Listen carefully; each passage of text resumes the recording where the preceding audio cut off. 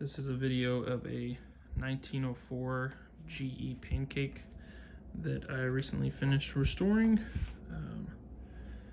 It's in very good shape. It was missing quite a bit when I initially got it. I was missing the cage, switch, and the coil. And it was missing one screw, I think, one of the acorn nuts. Turned out really nice. The cage is the wraparound cage, not the pierced. Kim Frank told me that, especially starting in 04, 05, seems about 30% of the pancakes started having wraparound, so it is still authentic, even though I think the pierced cage is maybe preferred. I don't know. I didn't polish the brass. I'm not a big fan of it. I just gave it a clean, and I think with time it'll patina real nice. It already has a nice patina on the cage. The switch, pointer, and speed coil are reproduction, as well as one of the acorn nuts right there, and the oil slinger handmade by Daryl Hudson. Everything else is original, including this here is, I don't like to use the aftermarket plastic. This came off a different fan, but it is original and very old and heavy. Probably from 1908 or so. The knob is also original. I am missing the thumb screw that goes here, but I'm not actually missing it. I just forgot to have it japanned, so it is on the way, and it will not be missing when this fan is sold. And it is completely original, and it is the correct thumb screw that goes in that hole. I just forgot to get it painted. I did put the red cloth tape on the cord. Kind of saw that from Ted Kazar. I like the way it looks on his pancakes. Or actually, maybe Kim Frank that does that. Or maybe both of them, I'm not sure. But I like it because it sort of stands out as an area not to touch for somebody who may not know. Not that I would have this out in the open without telling everybody to be careful, but here's the tag here. Pretty good shape. Very happy with the way it turned out. Runs like a champion on all 5 speeds. Really nothing to complain about. The only issue I do have is the cage is a little loose, and on the low speeds it wobbles a little bit. I don't really run it on low, and it doesn't bother me that much, but I suppose if it did bother you, you could put maybe a little tiny bit of solder or super glue on all the joints, and I think it would help quite a bit. There's just a little bit of a rattle to it on the lower speeds. I did balance and clock the blades as they were pretty out of whack. For the most part, they're in really good shape. This particular one has a little chip missing out of it.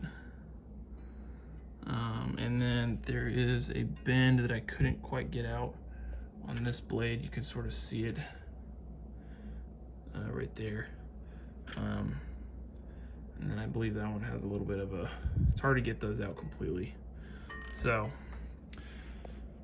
some people don't like that sort of thing. That doesn't bother me too much.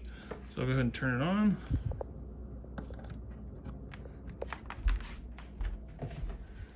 We'll start it on high, obviously.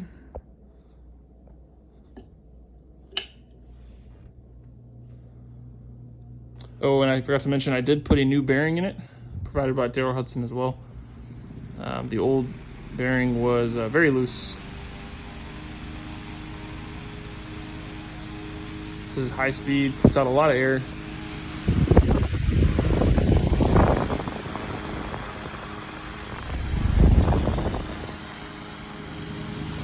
You can see that cage is sort of wobbling.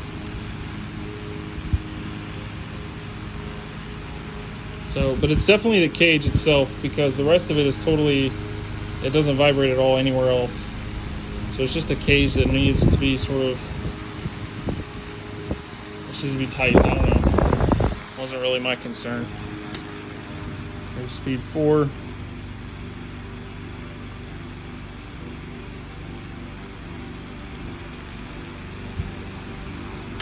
There's 3.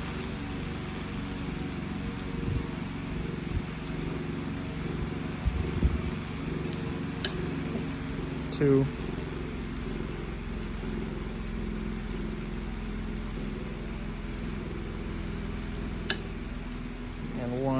really start to see the cage move a little bit on the low speed.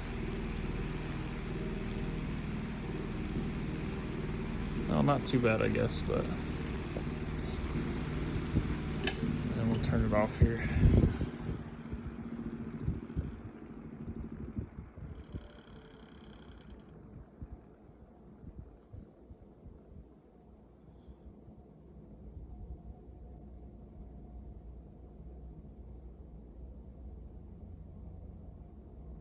It's always nice to see when it takes a while to slow down, because that means it's got really nice rotation on it. So anyways, this is my pancake for sale. Oh, I guess I'll show the bottom real quick, just so I can show all aspects of the fan. These things are heavy. So this is the bottom here. The coil itself is reproduction as well as the switch. But the screws here and this little paper and the little piece of metal here and all this stuff, that's all original, as well as the terminal block and the terminals. All 4 terminals are original with the original mica, but the switch itself is an aftermarket remake, as well as the coil.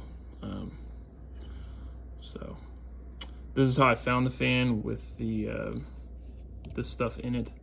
So I know some of the newer models started having the little plastic piece on the whole thing, but since I found it this way, I figured this is probably how it ought to be. And of course I put a little rubber feet in it. So anyways, that's it. 1904 G pancake laying on its back. Probably shouldn't be.